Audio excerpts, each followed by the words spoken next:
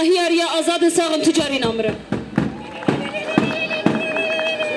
أمارة وهذال تشك، وهذا يدل على وحشية الدولة التركية والمرتزقة اتجاه المرأة الشابة المفعمة بالحرية، لكن أفشلنا كل مخططاتهم الشوفينية من خلال السير على نهج جميع الشهداء وفلسفة الأمة الديمقراطية للقائد عبد الله أوجلان عندما قال إن الثورة هي ثورة المرأة الحرة. ونوجه كلمة للدولة الفاشية التركية: نحن كنساء روج عبا نمثل روح ومقاومة الرفيقات المناضلات هافرين خلف أمارة تيتشك، ومرة أخرى نجدد الوعد والعهد بأن نسير على نهج وخطى شهدائنا الأبرار وفلسفة القائد أبو للأمة الديمقراطية. شهيد نامر: عاش القائد أبو، عاشت مقاومة المرأة الشابة.